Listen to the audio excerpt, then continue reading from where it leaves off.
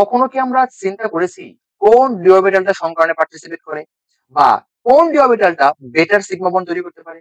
কখনো চিন্তা করেছি আমরা? আমরা আজকের লেকচারটা এটা দিয়ে শুরু করব যে কোন ডি অরবিটালটা আসলে বেটার সিগমা বন্ধন বানাইতে পারে, কোনটা পারে না এটা আমরা দেখবো, আর কোনটা আমাদের বেটার ডেল বন্ধন বানাইতে পারে। এটার উপরে কিন্তু কেমিস্ট্রি অনেক কিছু ডিপেন্ড করে আছে। চলো আমরা লেকচার শুরু করতে পারি। তো আমরা প্রথমে শুরু করি ডি অরবিটালটা।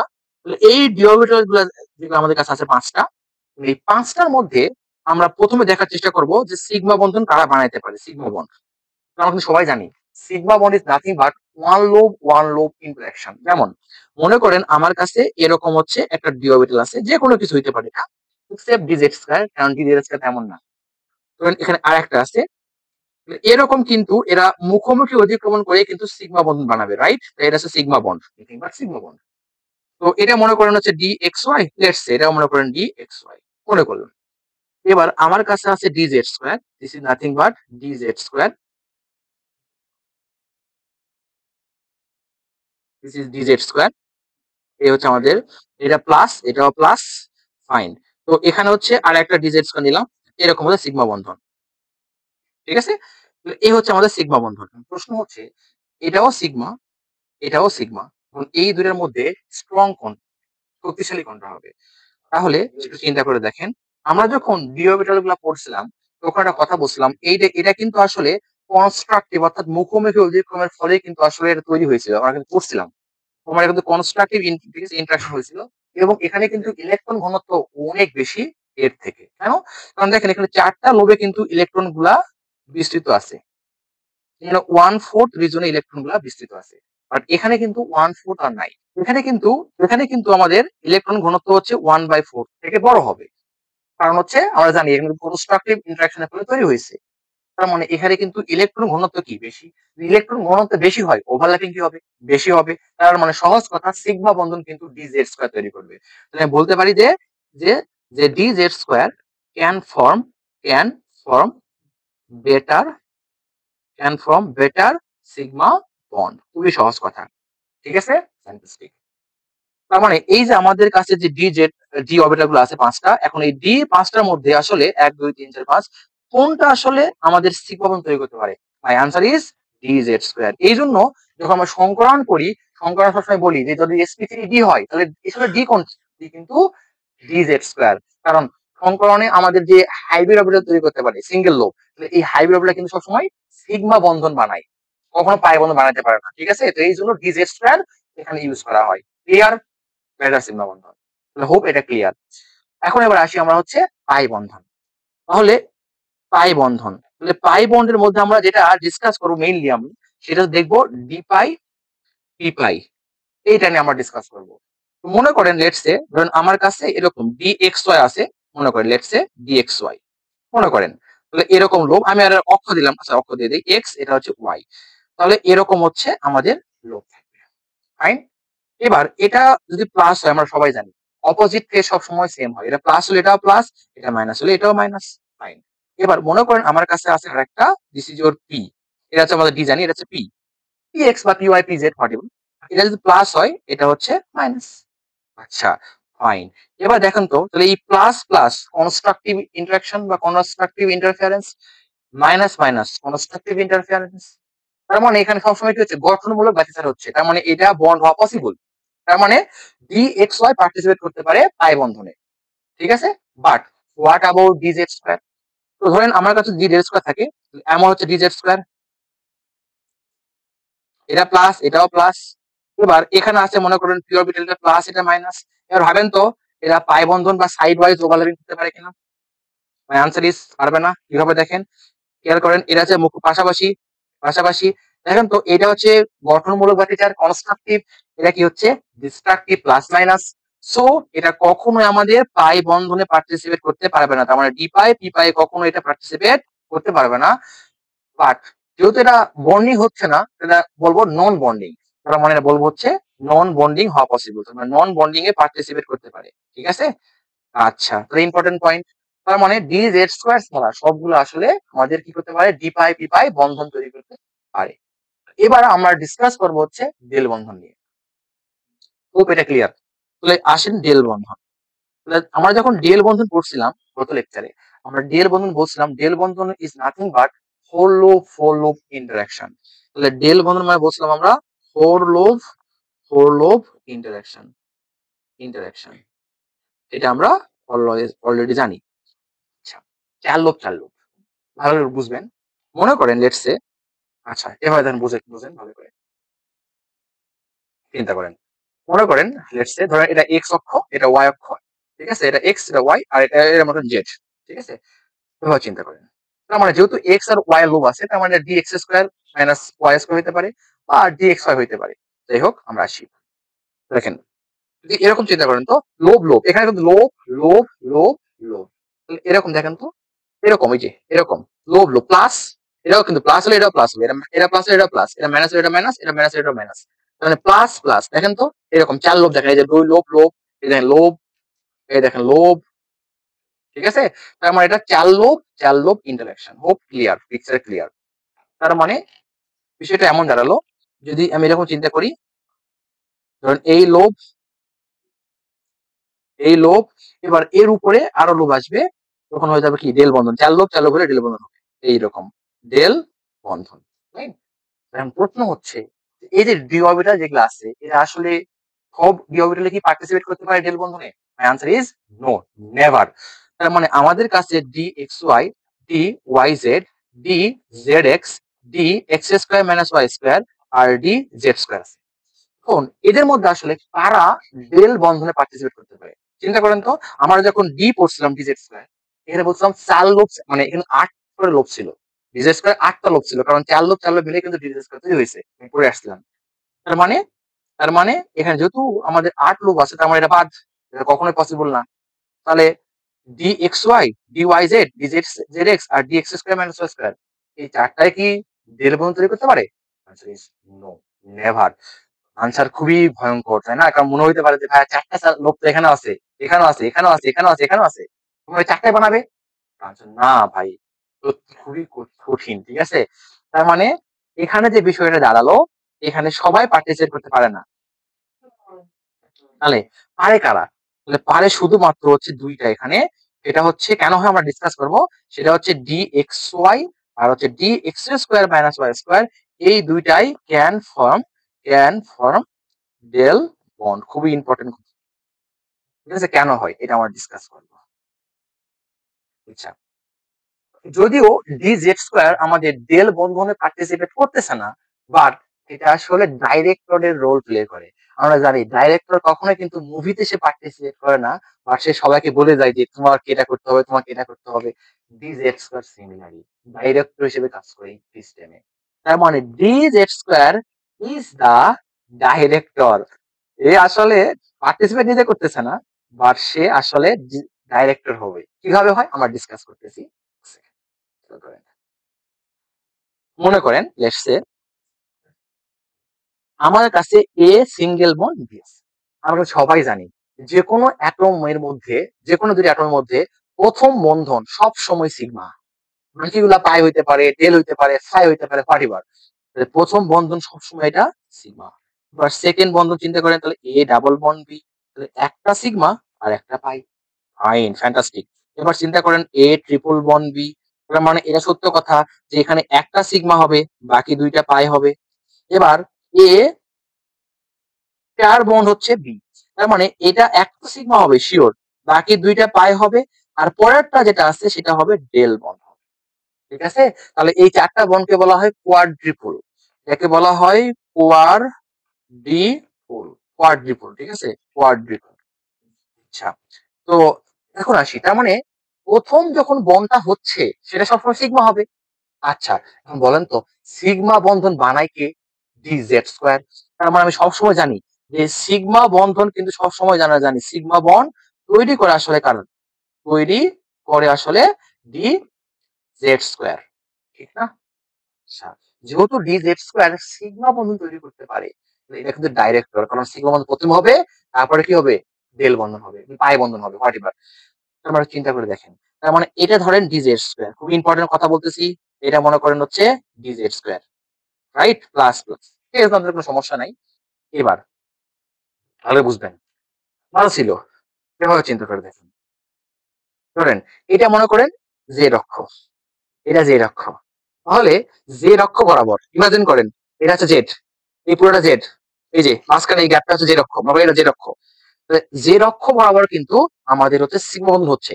যখনই সিগমা বন্ধন হচ্ছে এটা কিন্তু এক্স ওয়াই তল, এটা বর্তমান এক্স ওয়াই তল, এটা বর্তমান এক্স ওয়াই তল। তাহলে এক্স ওয়াই তলে দেখা এই যে এই লোব এই লোব এই লোব এই লোব, তখন কি হয় চার লোব চার লোব, তখন পাই বন্ধন ডেল বন্ধন হওয়া পসিবল। তার মানে ব্যাপারটা দাঁড়ালো যে যখন সিগমা বন্ধন তৈরি হচ্ছে এক্স ওয়াই প্লেনে যারা আছে তারাই শুধুমাত্র ডেল বন্ধন তৈরি করতে পারবে, কারণ তখনই চার লোব ইন্টারাকশন হওয়া পসিবল। তার মানে মাই আনসার ইজ, যখন এটা হয়ে গেল তখন এখানে আমাদের এক্স ওয়াই তলে যারা লোব ছিল এটা হচ্ছে এক্স ওয়াই প্লেনে লোব, ঠিক আছে, এক্স ওয়াই প্লেনে, this is x y plane. তার মানে এক্স ওয়াই প্লেনে যারা আছে কারা কারা আছে, দুইটা আছে, একটা হচ্ছে ডি এক্স ওয়াই আর এটা কি d x square minus Y square, তারাই আসলে চার লোব ইন্টারাকশন করা পসিবল হয়। দ্যাটস ওয়াই এইটা আসলে এরা ডেল বন্ধন তৈরি করতে পারে। তার মানে can participate del bond, participate del bond formation. Hope this part is 100% clear. এখন আমাদের কাছে এখানে খুবই গুরুত্বপূর্ণ দুইটা ফিনোমেনন আছে, একটা হচ্ছে জেড এক্সক্লুডেড জিওমেট্রি, একটা হচ্ছে জেড এক্সক্লুডেড বন্ড। দুটো কথা লিখে ফেলি, খুবই ইম্পর্টেন্ট, এটা কিন্তু আমাদের খুবই লাগবে কোঅর্ডিনেশন কেমিস্ট্রিতে, খুবই ইম্পর্টেন্ট। এটা বলবো হচ্ছে জেড এক্সক্লুডেড, জেড ছাড়া, খুব ইম্পর্টেন্ট, এক্সক্লুডেড জিওমেট্রি। তাহলে আমরা সবাই কিন্তু জানি যারা আমরা স্পেশালি যারা আমরা হচ্ছে কোঅর্ডিনেশন কেমিস্ট্রি পড়ছি হালকা পাতলা, তাহলে জেড এক্সক্লুডেড জিওমেট্রি আমরা বলি স্কয়ার প্ল্যানার, সমতুল্য বর্গাকার, স্কয়ার প্ল্যানার, স্কয়ার প্ল্যানার। তাহলে স্কয়ার প্ল্যানার কখন হয়? তো স্কয়ার প্ল্যানার জিওমেট্রি তখনই হয় যখন এস অরবিটাল, পিএক্স, পিওয়াই আর আর D x square minus Y square যখন পার্টিসিপেট করে তখন যাকে আমরা সংকরণ বলি কি ডিএসপি টু। ডিএসপি টু হলে তো স্কোয়ার প্ল্যানার হয় জিওমেট্রি, তখন কিন্তু S P X P Y আর হচ্ছে D x square minus Y square participate করে। ঠিক আছে, বুঝতে পেরেছি? কারণ সবগুলো দেখেন এক্স ওয়াই দেখেন তলে আছে, রাইট? তাহলে এখানে যে বিষয়টা দাঁড়ালো যখনই আমরা স্কোয়ার প্ল্যানের কথা বলবো তখন ডিএসপি টু সংকরণ হবে, তখন পার্টিসিপেট করবে পি px py আর dx square minus y square. এবার আরেকটা এখানে টার্ম আছে z এক্সক্লুডেড, এক্সক্লুডেড বন্ড। যখনই ডি এক্সক্লুডেড বন্ডের কথা বলবো z এক্সক্লুডেড, তখন আমরা বলবো এখানে দুইটা হবে, একটা dx square minus y square participate করবে, ঠিক আছে, আরেকটা বলবো কি ডি আমাদের হচ্ছে এক্স ওয়াই, এই দুইটা আসলে জেড এক্সক্লুডেড বন্ড বানাইতে পারে, অর্থাৎ আমরা বলবো ডেল বন্ড, রাইট? এখন চলো আমাদের কাঙ্ক্ষিত টপিক যে কার্বন তার ভ্যালেন্সি কেন চার প্রদর্শন করে, কেন হোয়াই, ঠিক আছে? ওকে, আমরা শুরু করতে পারি। তাহলে আমরা যে থিওরিটা দিয়ে এক্সপ্লেইন করব সেই থিওরিটার নাম বলা হয় এক্সাইটেশন থিওরি। তাহলে আমরা যে থিওরি এক্সপ্লেইন করব তার নাম কি? Excitation theory and covalency, covalency আমরা এটা ডিসকাস করার চেষ্টা করি, কোভ্যালেন্সি।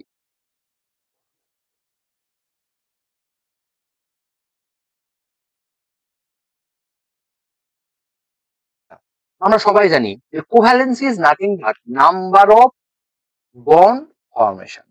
তাহলে কোভ্যালেন্সি এটা মানে আমরা জানি number of covalent bond, number of covalent bond, কতগুলো কোভ্যালেন্ট বন্ড বানাবে সেটা হচ্ছে কোভ্যালেন্সি। এখন আমরা চিন্তা করি কার্বনের কথা, ভাবেন কার্বন, তাহলে আমার কাছে মনে করেন কার্বন আছে, এটা হচ্ছে গ্রাউন্ড স্টেটের কথা বলতেছি। তাহলে কার্বনের ক্ষেত্রে আমি যে ইলেকট্রন বিন্যাস করি আমরা সবাই জানি 6, তাহলে 6 থাকে ইলেকট্রন, তার মানে 1s2 2s2 2p2।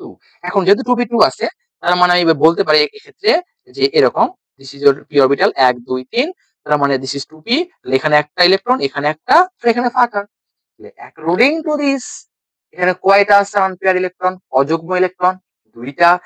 দুইটা মানে কি, দুইটা মানে এখানে দুইটা তার ভ্যালেন্সি শো করতে পারে, অর্থাৎ তার মানে দুইটা এখানে কোভ্যালেন্ট বন্ড বানাইতে পারে, two covalent bond, covalent bond.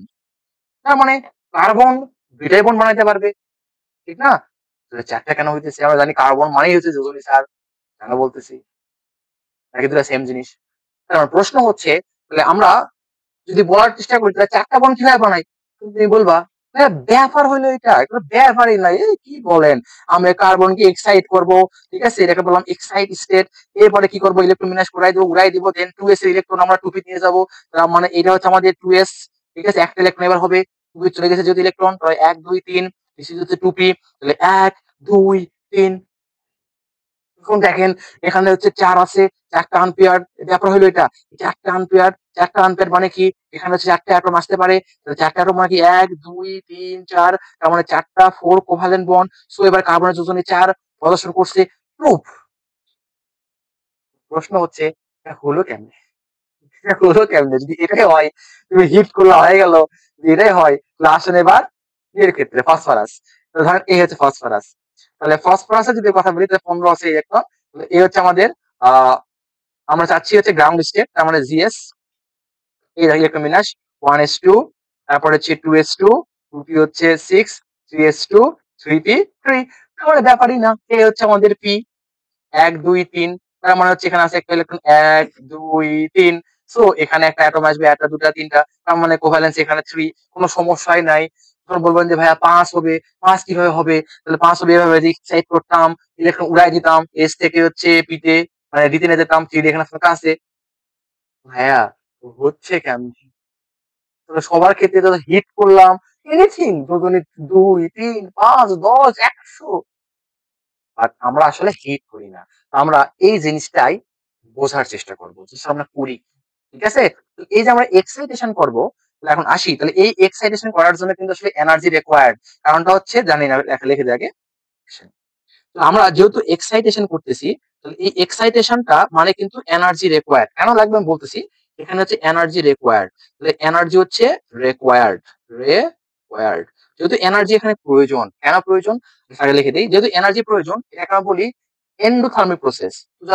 যারা কেমিস্ট্রি দিয়ে পড়াশোনা করে তারা আমরা আসলে এটাকে এক্সোথার্মিক না বলি, এন্ডারগনিক, এটাকে বলা হয় এন্ডারগনিক, এন্ডারগনিক।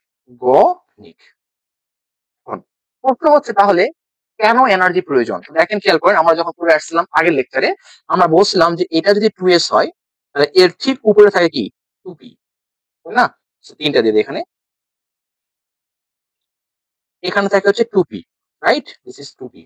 এখন চিন্তা করেন তো, যেহেতু আমার কার্বনের কথা যদি আমি ভাবি, 2s ইলেকট্রন কিন্তু আমি 2p তে যাবো, তবে কিন্তু 4 হবে, তার মানে বিষয়টা দাঁড়ালো এরকম যে এখান থেকে যদি ইলেকট্রন এখানে নিয়ে যেতে হয়, তার মানে এখানে এনার্জি রিকোয়ার্ড, আমি বলতে পারি এখানে ডেল্টা ই লাগবে, কারণ এখানে এনার্জি দরকার, রিকোয়ার্ড, রাইট। প্রশ্ন হচ্ছে এই এনার্জি আসলো কিভাবে?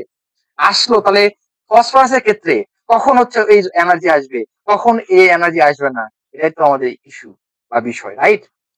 তাহলে এই যে এক্সাইটেশন যে হচ্ছে, এই এক্সাইটেশনটা দুই ভাবে হইতে পারে, একটাকে বলা হয় ফ্রি এক্সাইটেশন, আর একটাকে বলা হয় ফোর্স এক্সাইটেশন। তাহলে আসেন এক্সাইটেশন,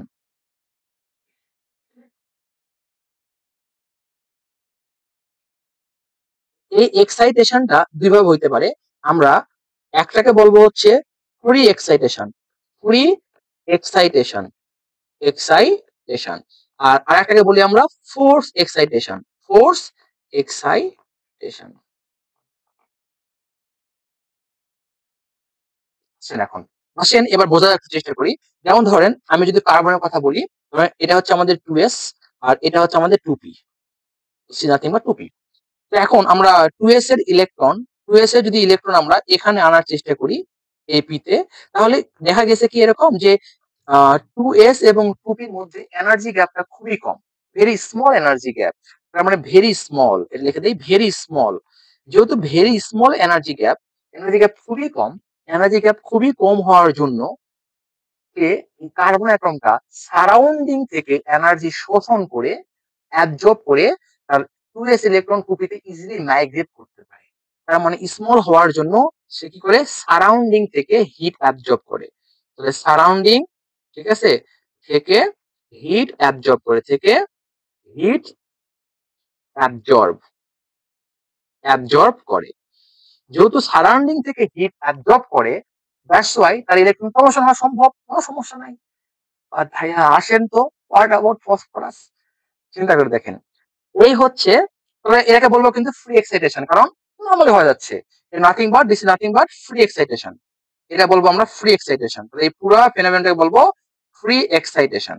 এবার আসেন ফোর্স। ফোর্স কেমন হয় দেখেন, আমি মনে করি ফসফরাস আছে, তাহলে ফসফরাসের হচ্ছে, এটা হচ্ছে আমাদের S, this is 3s, 3p উপরে, 1 2 3, দিস ইজ 3p। 3d কিন্তু আরো উপরে, আমি পড়ে আসছিলাম তাই না, যখন আমরা পড়ছিলাম হচ্ছে শিল্ডিং ইফেক্ট, এটা হচ্ছে আমাদের 3p, 3d, sorry, nothing but হচ্ছে 3d, রাইট?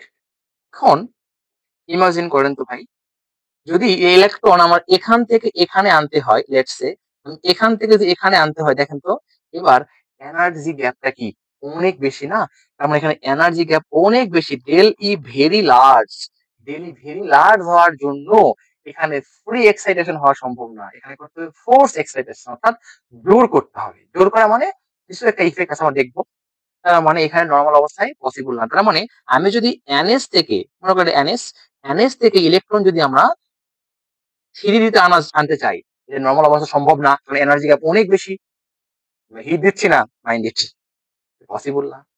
আবার আমি যদি থ্রি থেকে যদি, সরি, আমরা যদি এই এনপি থেকে, মনে করেন এনপি, এনপি থেকে যদি আমরা এনডিতে, এনডিতে ইলেকট্রন, এনডি দেন, ঠিক আছে, এনডিতে যদি ইলেকট্রন আনার চেষ্টা করি, তাহলে এটাও পসিবল না, এটাকে বলো ফোর্স এক্সাইটেশন, এনার্জি গ্যাপ অনেক বেশি। তার মানে যেহেতু এখানে পসিবল না, তার মানে এখানে করতে হবে ফোর্স এক্সাইটেশন, ঠিক আছে? এখন আসেন, তার মানে এটা যেটা বোঝালাম আমরা সবগুলো আসলে ফোর্স এক্সাইটেশনের, ঠিক আছে? আচ্ছা, তাহলে এখন আসি কন্ডিশন ফর এক্সাইটেশন, যে কখন এক্সাইটেশনটা ঘটবে।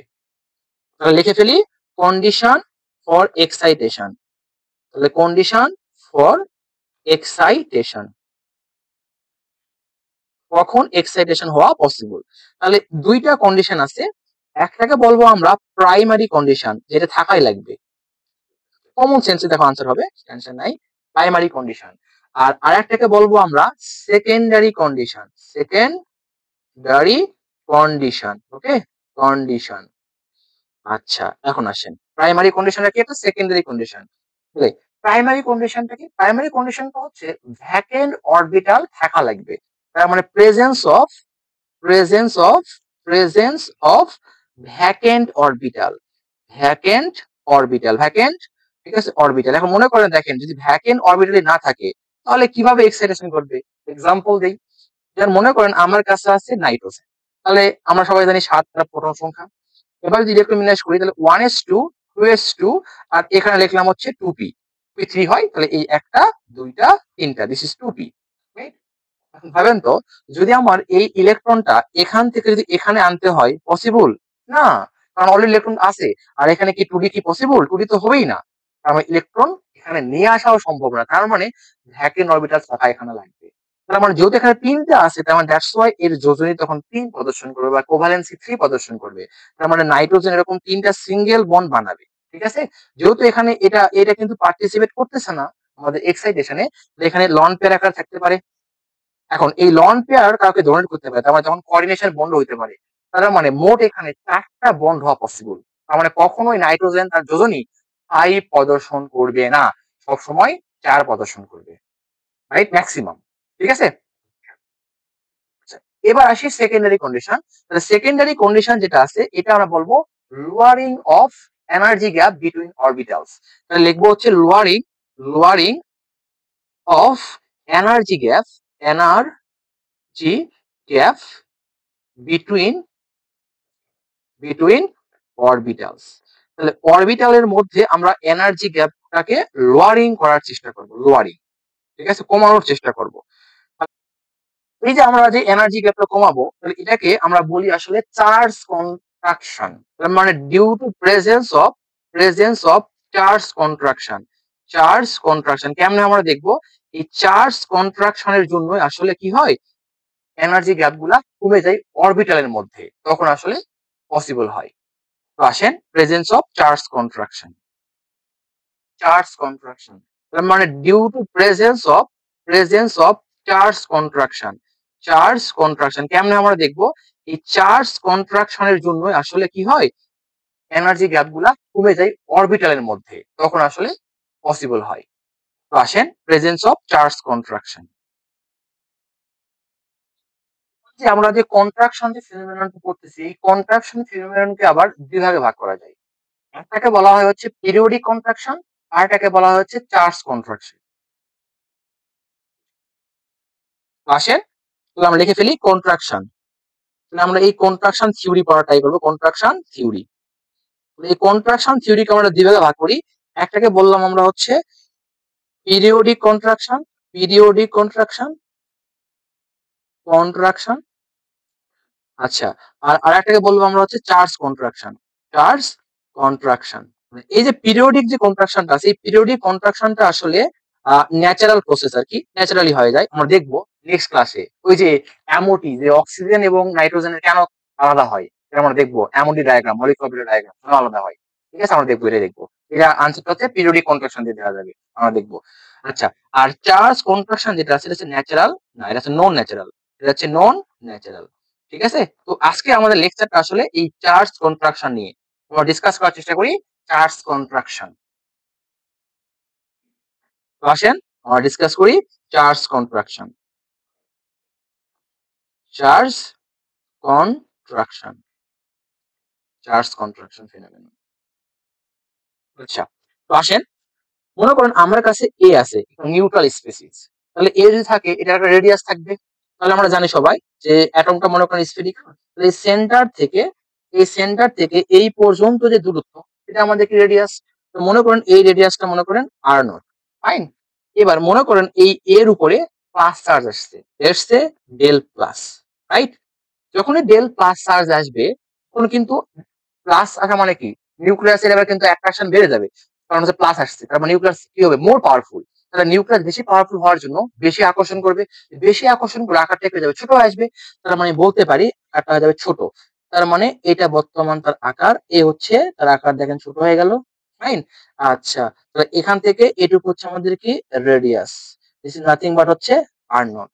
এবার যদি আমাদের কাছে ডেল মাইনাস থাকে, ডেল মাইনাস মানে কি, এবার নিউক্লিয়াস চার্জ কিন্তু কমে যাচ্ছে। তাহলে কমে যাওয়ার অর্থটা হচ্ছে এবার সাইজ হয়ে যায় বড়, এই ধরনের হচ্ছে বড় সাইজ। তাহলে এবার এটা হচ্ছে তার রেডিয়াস, যেমন আকারটা হচ্ছে বড়। এখন এটা হওয়ার জন্য কি ঘটনা ঘটবে, আসেন। তো আমরা সবাই জানি, ধরেন এটা হচ্ছে নিউক্লিয়াস। নিউক্লিয়াস যদি হয়, তাহলে এখানে মনে করেন আছে হচ্ছে এটা এনএস অরবিটাল, আর এখানে মনে করেন আছে হচ্ছে এনপি, আর এখানে মনে করেন আমরা এনডি। এটা কিন্তু পড়ে আসছিলাম শিল্ডিং ইফেক্ট, যারা শিল্ডিং ইফেক্ট আমরা দেখি নাই বা জানি না, তারা আমাদের ভিডিওটা অবশ্যই দেখবে, শিল্ডিং ইফেক্ট। তো এটা হচ্ছে আমাদের এনএস, এনপি, এনডি, ফাইন। এখন চিন্তা করে দেখেন, যখন আমরা ডেল প্লাসের কথা চিন্তা করতেছি, ডেল প্লাস মানে কি, নিউক্লিয়াস মোর পাওয়ারফুল, তার মানে নিউক্লিয়াসের উপরে চার্জ বাড়বে। তার মানে চিন্তা করে দেখেন, তার মানে এটা হচ্ছে আমাদের নিউক্লিয়াস এবার মোর পাওয়ারফুল, মোর পাওয়ারফুল হয়ে গেছে নিউক্লিয়াস। এবার নিউক্লিয়াস মোর পাওয়ারফুল হওয়ার জন্য নিউক্লিয়াস কি করবে, এবার আকর্ষণ করবে ইলেকট্রনকে। এখন বলেন তো সবচেয়ে বেশি কোনটা আকর্ষণ ফিল করবে, সবচেয়ে বেশি কোনটা, এস, পি নাকি ডি? এখন তোমাদের আনসার হওয়া উচিত হ্যাঁ এস। কেন, কেন, কারণ এস অরবিটাল নিউক্লিয়াসের কাছে আছে, কাছে তারা বেশি আকর্ষণ হবে, তার মানে এস বেশি ভিতরে ঢুকবে। বাট না ভাই, আনসারটা এমন হবে না, যে এসটা আসলে কম আকর্ষণ ফিল করবে, মানে আকর্ষণ ফিল বেশি করবে, বাট কম কাছে আসবে। কেন দেখেন, কারণটা হচ্ছে এর ভিতরে কিন্তু আসলে আমাদের এন মাইনাস ওয়ান যে, যে উপশক্তি মানে শক্তি স্তরটা আছে, সেটা কিন্তু কমপ্লিটলি ফিল্ড, এটা কিন্তু ফিল্ড আছে। তো ফিল্ড থাকার জন্য হবে কি, তো এটা তো নিউক্লিয়াস দ্বারা আকর্ষণ করবেই, পৃষ্ঠ হবেই। আবার এই ফিল্ড যে আছে ইলেকট্রন দ্বারা, এই ইলেকট্রন কিন্তু আবার এই ইলেকট্রন গুলাকে, এনএস এর ইলেকট্রন গুলাকে সে বিকর্ষণ করবে। তার মানে আকর্ষণ আছে, বিকর্ষণ আছে, দ্যাটস ওয়াই এখানে আসলে কম পরিমাণ ভিতরে ঢুকবে। তার মানে ব্যাপারটা দাঁড়ালো, এটা হচ্ছে আমাদের বর্তমান NS, this is nothing but NS. যেহেতু এনপি আরেকটু হচ্ছে বাইরে আছে, তার মানে এনপি আরেকটু ভিতরে ঢুকলো, এটা হচ্ছে আমাদের এনপি, রাইট। আর সবচেয়ে বেশি আকর্ষণ ফিল করবে কোনটা, এনডি, কারণ হচ্ছে এটা অনেক দূরে আছে, এখানে ভিতরে কোনো ইলেকট্রন নাই, দেখেন এই যে মাঝে কোনো ইলেকট্রন আসলে নাই, ঠিক না। মানে বেশি পরিমাণ আকর্ষণ, এখানে বিকর্ষণ হবে না, বেশি পরিমাণ আকর্ষণ ফিল করবে, পিও কিন্তু বিকশিত হবে, কারণ এই যে এনএস এর ইলেকট্রনটা। তার মানে খেয়াল করেন, তার মানে দাঁড়ালো যে এখানে ডি অরবিটালটা আরো বেশি ভিতরে ঢুকবে। তার মানে এটা হচ্ছে আমাদের ডি অরবিটাল, বর্তমান ভয়ঙ্কর লেভেলে দেখা ঢুকে গেছে ভিতরে, ডি অরবিটাল। তার মানে বিষয়টা দাঁড়ালো কি, বুঝলেন তো, বিষয়টা দাঁড়ালো এরকম যে আগে এটা ছিল NS এবং ND এর মধ্যে এনার্জি গ্যাপ, NS এবং ND এর মধ্যে এনার্জি গ্যাপ। এবার দেখেন তো যখনই আমরা ডেল প্লাস দিয়ে দিছি, এবার দেখেন এনার্জি গ্যাপ কি বাড়ছে না কমছে? অবশ্যই কমে গেছে। যেহেতু এনার্জি গ্যাপ কমে গেছে, তার মানে energy gap low, that's why electron এখান থেকে এখানে নিয়ে যাওয়া পসিবল। ইলেকট্রন এখান থেকে এখানে নিয়ে যাওয়া পসিবল, যেটা আমরা নরমাল অবস্থায় করতে পারতাম না। তার মানে কমন সেন্স হচ্ছে যখনই এখানে আমাদের প্লাস চার্জ আমরা আনতে পারবো, তখনই এনার্জি গ্যাপ কমে যাবে। এনার্জি গ্যাপ কমে যাওয়ার জন্য এক্সাইটেশন পসিবল, অর্থাৎ NS এর ইলেকট্রন আমরা ND নিয়ে যাওয়া পসিবল করতে পারবো, NS এর ইলেকট্রন আমরা ND নিয়ে যেতে পারবো, আবার P এর ইলেকট্রন আমরা ND তে নিয়ে যেতে পারবো। It is contraction ফিনোমেনন। তাহলে দেখেন চার্জ কন্ট্রাকশনের ফলে হলো কি? চার্জ কন্ট্রাকশন, চার্জ কন্ট্রাকশনের জন্য হলো কি? চার্জ কন্ট্রাকশনের জন্য হলো এরকম যে এটা আমার যদি অ্যাটম হয় এটা A, এবার এটা যদি NS হয়, তাহলে এবার NS এবং ND এর মধ্যে এনার্জি গ্যাপ কিন্তু কমে গেছে। ঠিক আছে? তারা ডিউ টু যখন আমরা ডেল প্লাস চার্জ আনছি, তখন আসলে NS এর ভিতরেও ঢুকছে, ND কিন্তু আরো বেশি ভিতরে ঢুকছে। তার মানে এরকম হচ্ছে এনার্জি গ্যাপ আমাদের কমে গেল। ঠিক আছে? অ্যাজ ওয়েল অ্যাজ এখানে তার মানে দাঁড়ালো বিষয়টা এরকম যে এটা যদি আমাদের আগে এটা NS হইতো, এটা যদি NP হইতো, NP, আর এটা যদি আমাদের ND হইতো, আচ্ছা একটু উপরে দেই, যদি ND উপরে, এটা আমাদের ND 5টা, this is nothing but ND। তার মানে যখনই এখানে বেল প্লাস চার্জ আসছে, তাহলে S একটু ভিতরে ঢুকবে, তাহলে এটা হচ্ছে নতুন আমাদের বাউন্ডারি NS, এটা P আরো ভিতরে ঢুকবে, সরি, এটা হচ্ছে আমাদের NP, আর ND আরো ভিতরে প্রবেশ করে যাবে 2 5, নাথিং বাট ND। তার মানে ইলেকট্রন এখান থেকে এখানে যাওয়া পসিবল, সো এনার্জি গ্যাপ কমে গেল, সো এক্সাইটেশন হওয়া পসিবল। এটাকে আমরা বলবো ফোর্স এক্সাইটেশন। তার মানে যখনই আমাদের নিউক্লিয়াসের উপরে পজিটিভ চার্জ চলে আসবে, তখনই এক্সাইটেশন হওয়া পসিবল। তার নাম হচ্ছে ফোর্স এক্সাইটেশন। তার মানে চিন্তা করে দেখেন, এটা কিন্তু আসলে আমাদের পেনিট্রেশন আর শিল্ডিং এর কিন্তু ঠিক অপোজিট ফেনোমেনন। শিল্ডিং এর ফলে আমরা এনার্জি কে বাড়াইতাম, তাই না? আর কন্ট্রাকশন দিয়ে কি করলাম, আমরা এনার্জি কে কমায় দিলাম, রাইট? এবার আসেন অ্যাপ্লিকেশন। এটা অ্যাপ্লিকেশন যেটা আমরা জানার চেষ্টা করতেছি। তাহলে অ্যাপ্লিকেশন, অ্যাপ্লিকেশন, অ্যাপ্লিকেশন আসলে কি?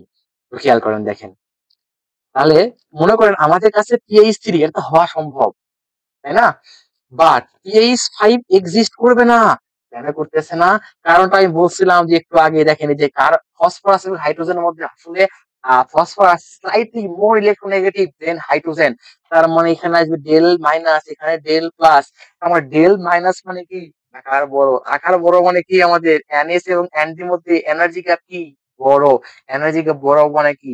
ইলেকট্রন NS থেকে ND যাওয়া সম্ভব না, এক্সাইটেশন সম্ভব না। সো ঠিক আছে, এটা এই জন্য পসিবল না। আর 3 তো নরমালি হবে, কারণ 3টা আনপেয়ার ইলেকট্রন আছে ফসফরাসের। আচ্ছা, তাহলে এখন মেন কথা দাঁড়ালো, যদি এখানে কোনো একটা অ্যাটম থাকে, তার মানে এই অ্যাটমের সাথে যে একটা অ্যাটম যুক্ত হবে, মনে করেন এখানে যুক্ত হচ্ছে বি, তার মানে এটা ইম্পর্টেন্ট পয়েন্ট হচ্ছে যে এই যে এটা যেটা আছে বি অ্যাটম হবে, এটা মনে করেন কেন্দ্রীয় পরমাণু সেন্ট্রাল অ্যাটম, তাহলে এই বি যেটা হবে, অবশ্যই অবশ্যই তখনই ফোর্স এক্সাইটেশন হওয়া পসিবল বা ম্যাক্সিমাম ভ্যালেন্সি হওয়া পসিবল, যখন এই বিটা হবে কি? মোর ইলেকট্রোনেগেটিভ। তার মানে মোর ইলেকট্রোনেগেটিভ, মোর ইলেকট্রোনেগেটিভ, ঠিক আছে, দেন এ। তার মানে যখনই, যেহেতু বেশি ইলেকট্রোনেগেটিভ বি, মানে ইলেকট্রন কার কাছে আসতো? বি এর কাছে, তাহলে এটা হচ্ছে ডেল মাইনাস, এটা কি হচ্ছে ডেল প্লাস। ডেল প্লাস হওয়া মানে কি? এনার্জি গ্যাপ কম, এক্সাইটেশন পসিবল। আচ্ছা, তাহলে মনে করো তাহলে ফসফরাস আছে, তাহলে ফসফরাস আছে যদি আমাদের কোনো থাকে কি? ফ্লোরিন, তাহলে কি এটা কি হওয়া সম্ভব? এটার ক্ষেত্রে কি ফোর্স এক্সপ্রেশন হওয়া সম্ভব? আনসার হচ্ছে ইয়েস, সম্ভব। কেন? কারণ এটা বেশি ইলেকট্রোনেগেটিভ, তার মানে এটা হচ্ছে ডেল মাইনাস, এটা কি আসতো ডেল প্লাস। তার মানে PF3 নরমালি তো এক্সিস্ট করবে, তার মানে কোভ্যালেন্সি 3, কোনো সন্দেহ এখানে নাই। PF5 এটাও পসিবল। ঠিক আছে, তার মানে এটার ক্ষেত্রে কোভ্যালেন্সি, ফসফরাসের কোভ্যালেন্সি কত হবে? 3 অথবা 5, কোভ্যালেন্সি 3 অথবা 5। ঠিক আছে? আচ্ছা, সিমিলার PCl3 পসিবল, PCl5 ও পসিবল, রাইট? কারণ বেশি ইলেকট্রোনেগেটিভ, ঠিক কি না? রাইট? যেমন জেননের ক্ষেত্রে চিন্তা করেন, জেনন নিষ্ক্রিয় গ্যাস, নিষ্ক্রিয় গ্যাস, তারপরেও সে কম্পাউন্ড তৈরি করে, কেন করতেছে? কারণটা হচ্ছে যে বললাম এর সাথে যখন বেশি ইলেকট্রোনেগেটিভ ফ্লোরিন আসবে তখন কি হবে, এনার্জি গ্যাপ কমে দেবে, এসে ইলেকট্রন তখন দিতে যাওয়া পসিবল, আবার এই ইলেকট্রন দিতে যাওয়া সম্ভব। তো এই জন্য জেনন যে কোনো এখানে হইতে পারে, জেনন এক্সি এফ টু হইতে পারে, দেখার কথা, এক্সি এফ ফোর হইতে পারে, এক্সি এফ সিক্স হইতে পারে, এক্সি উ হইতে পারে, এও এফ ফোর, ঠিক আছে, এনিথিং। তার মানে অথবা এক্সি, ঠিক আছে, ও থ্রি হওয়া পসিবল। তার মানে কেন হচ্ছে এগুলা, এগুলা কেন হচ্ছে? আনসার সেম, যেটা আসলে এক্সাইটেশন হওয়া সম্ভব, ফ্রি এক্সাইটেশন, এক্সাইটেশন হওয়া সম্ভব, ফোর্স এক্সাইটেশন, ঠিক আছে। হোপ এটা টোটালি আমরা বুঝতে পারছি। তাহলে আজকে ক্লাসে আমরা এতটুকু শিখলাম যে কেন একটা পরমাণু তার ম্যাক্সিমাম ভ্যালেন্সি শো করতে পারতেছে, ঠিক আছে, যাকে আমরা বললাম এক্সাইটেশন থিওরি। তাহলে হোপ আমরা ক্লাসটা খুবই সুন্দরভাবে বুঝতে পারছি। নেক্সট ক্লাসে আমরা নেক্সট টপিক ডিসকাস করব, আর অ্যাডভান্স টপিক। পড়াশোনা করতে থাকো, তখন অল দ্য বেস্ট।